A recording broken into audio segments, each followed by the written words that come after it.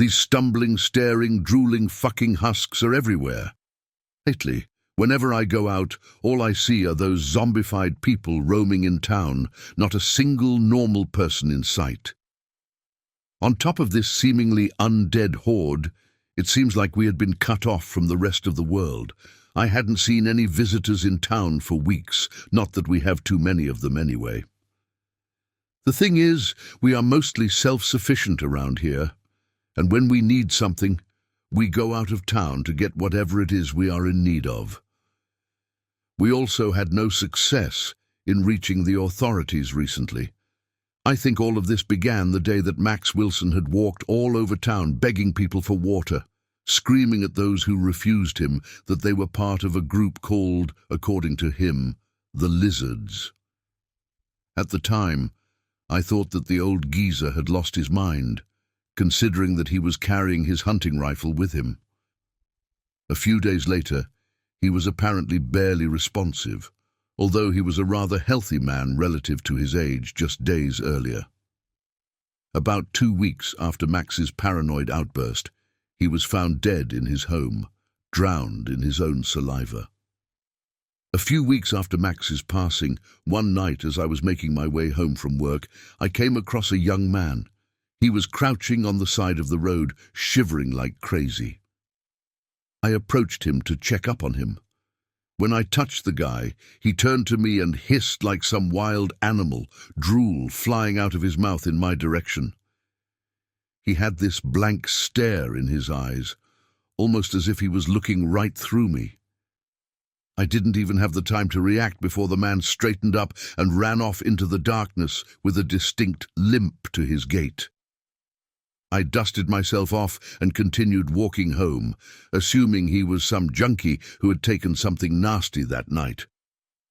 The signs were written on the wall. Whatever had killed Max started to spread like wildfire.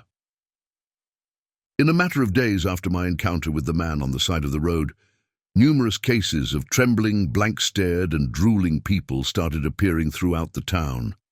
We flew into a collective hysteria, posed curfews, and became awfully suspicious of each other. It seemed like we were facing a real zombie virus outbreak, except in reality, zombies don't try to eat brains. They simply waste away after turning into a mindless husk, after delirium strikes them as a result of an unquenchable thirst. The town was overrun by this infection in a matter of days after the initial outbreak. The majority of the residents became infected through contact with other infected or their bodily fluids, most commonly saliva. No one was safe, including my family. A few days ago, I woke up to the feeling of someone standing over me. I opened my eyes to be greeted by my wife and kids. My sweet Marissa jerked the children close to her as her eyes grew wide, making contact with mine. Dumbfounded, I asked what was wrong, and she and the kids stepped back as she yelled out at me the name of the man who had abused her when she was a teenager. Shocked, I shot up out of bed and tried calming her down, but she had become more hysterical with each attempt I made to grasp her. I tried calming her down for what seemed like hours, but she only got more panicked. Eventually, we filled the apartment with screams and children's crying. During my frustrated attempts at reaching my wife, she took a step back for each movement I made towards her. She was trying to run away from me. She thought I was someone else, someone who had hurt her. I was both hurt and confused by this notion in her head.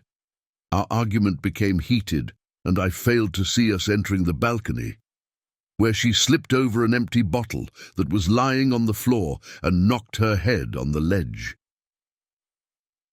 A sickening thud sound rang in my ears as she fell onto the floor, staining the ledge and floor beneath her with blood. Her death was quick, as shards of her skull most likely penetrated some of her brain matter, killing her on the spot. At that moment, everything died out around me. Seeing my Marissa's limp body prone on the floor made me forget about the whole argument as I lunged towards her, grabbing her body, crying at her to do something, but Marissa didn't do anything. Her head just lolled as I shook her body. I refused to accept her death. I kept trying to shake her awake for hours after she had died, as both my kids and I cried and begged for her to wake up. She never even budged. 4 days had passed since, and the kids no longer respond to me or do anything for that matter. I came to accept the fact that I caused the death of my wife.